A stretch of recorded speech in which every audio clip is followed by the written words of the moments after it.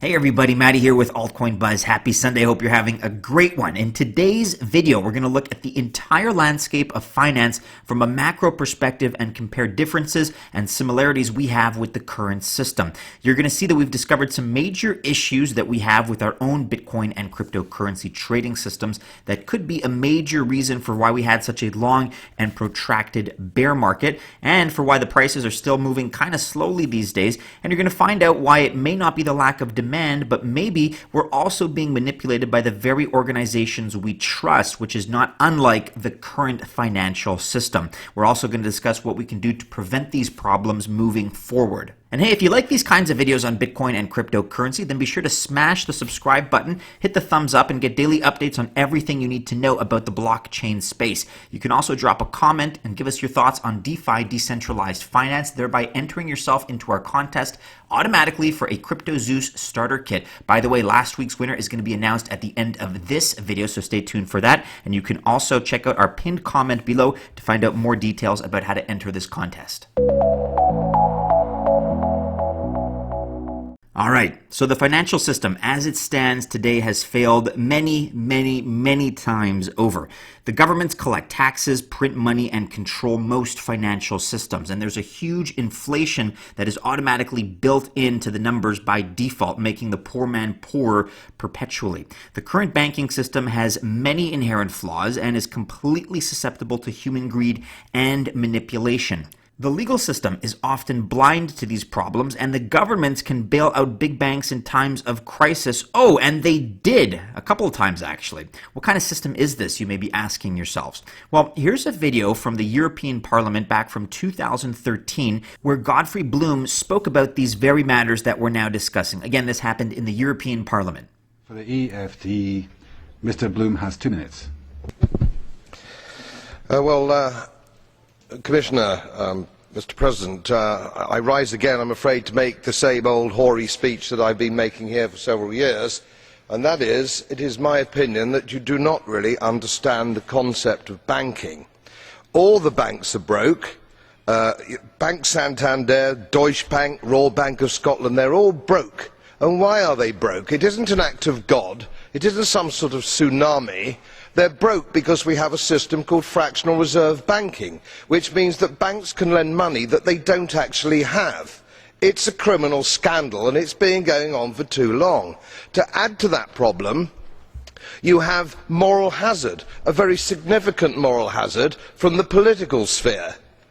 And most of the problem starts in politics and central banks, which are part of the same political system.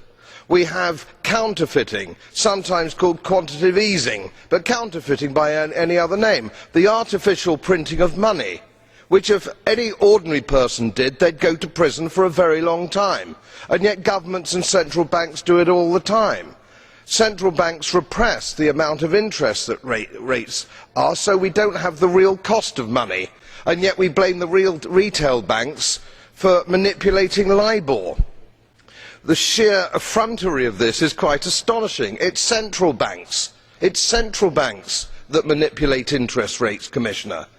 And plus, underneath all this, we talk loosely, in a rather cavalier fashion, do we not, about deposit guarantees.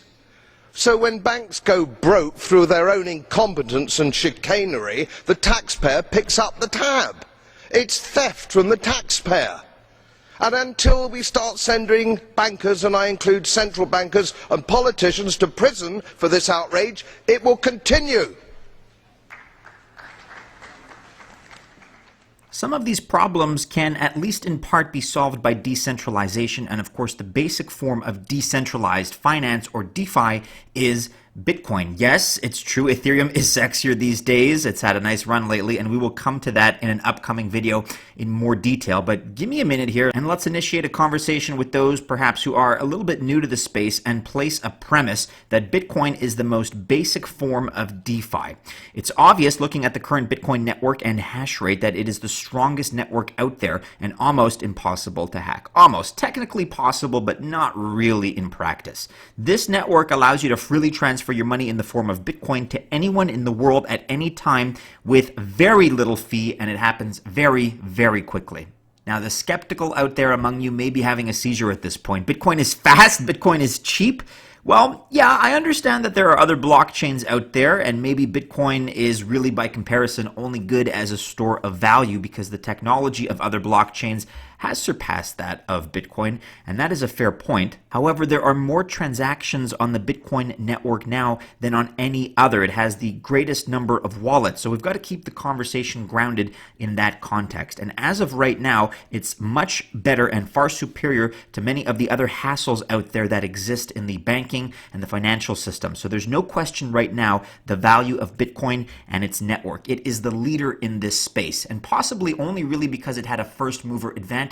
That could be argued. However, that does not change the reality. Bitcoin and its network is the leader in this space. The strength of the network and its security is what gives Bitcoin great value and provides for a very powerful alternative banking and finance system that's based on a robust code that follows certain rules and that cannot be changed. With this revolution of Bitcoin and of course other cryptocurrencies that have emerged, a lot of ancillary businesses have enabled users to make the most of it. And before we get to DeFi, decentralized finance, let's just discuss the existing centralized finance in crypto for fun, or CeFi. So these CeFi organizations are companies that provide additional services to the ecosystem exchanges, both spot and derivatives, borrow and loan or lending services, payment to and from fiat, custody solutions, and that's just to name really a few. There are many more. While lending platforms such as Crypto.com, Nexo, Celsius Network, BlockFi, and others make revenue by lending at higher rates than borrowing and make the differences as profit. The total locked-in centralized finance is estimated to be about $5 billion. This is also very interesting, and we will compare and discuss it further in an upcoming video. Now, let's look at what we think has traditionally been a big problem. The big money is locked with centralized exchanges, and it was quite evident that the reason many of these exchanges started derivative services during the bear market is because there were no new customers coming into the space. So they decided if they can't get more customers, then they need to figure out a way to make more money with existing customers. And the ones that could not launch other products failed, and many of these exchanges simply shut down or exit scammed. We have pretty much covered them all so far, so we can skip that for the time being for the sake of brevity here. But here is the catch. There is a possible reason why we had a long, drawn-out bear market and why the price of Bitcoin is constantly subdued. It could be a long shot, but it's not impossible that some of the big centralized exchanges were themselves selling fractional reserves and bringing the same problem with the existing banking system that we've seen now for centuries. So could the exchanges be selling Bitcoin that they did not have? Is it possible that they did so while hoping that many accounts would not claim the crypto and withdraw it?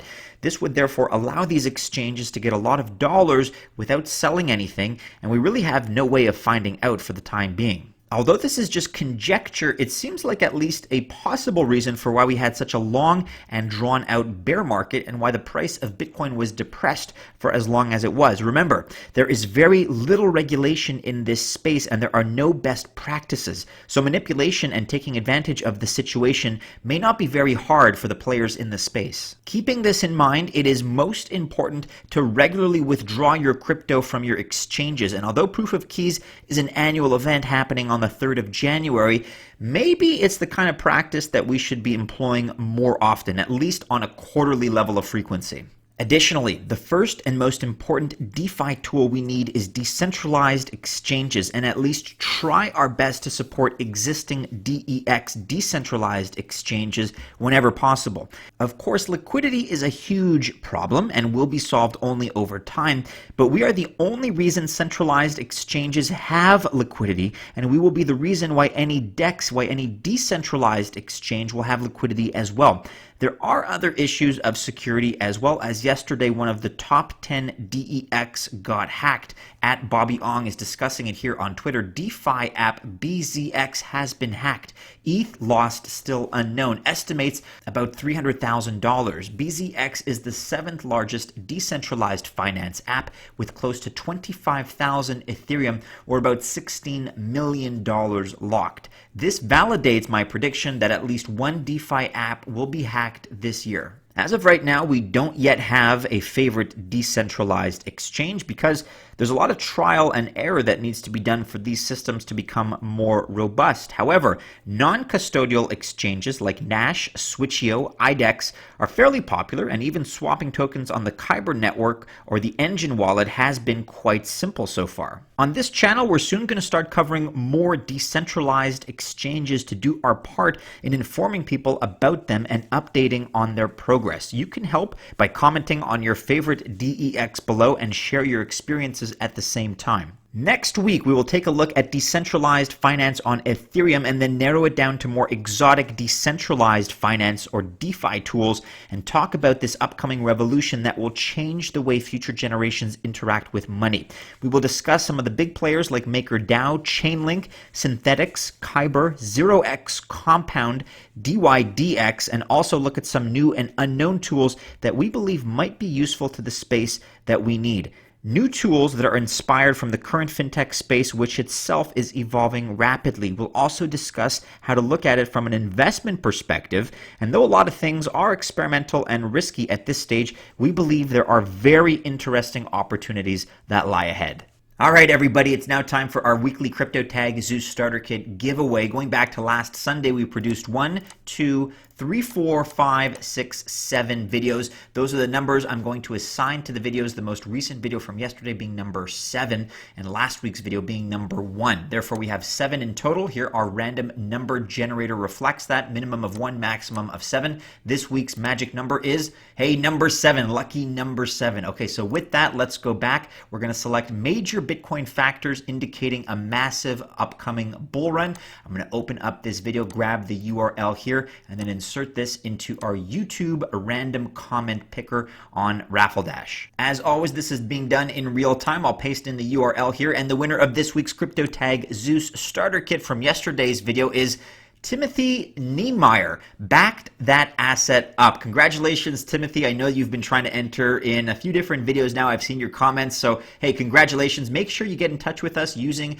the information that is found in our description below. Give us your information, all the coordinates we need. We'll get back in touch with you, start a dialogue, and make sure that we get your prize shipped out to you. Congratulations, Timothy. You are the winner of this week's CryptoTag Zeus Starter Kit. That about wraps it up for today, everybody. Do be sure you're following us on all the regular social media channels and keep checking back into altcoinbuzz.io for all the latest. Go ahead, like, subscribe, share, and hit the bell to receive notifications if you've enjoyed today's video. Best of luck if you choose to invest on this Sunday, but have a great tail end to your weekend, everybody. And as always, we do hope to see you again soon in our next video. Take care.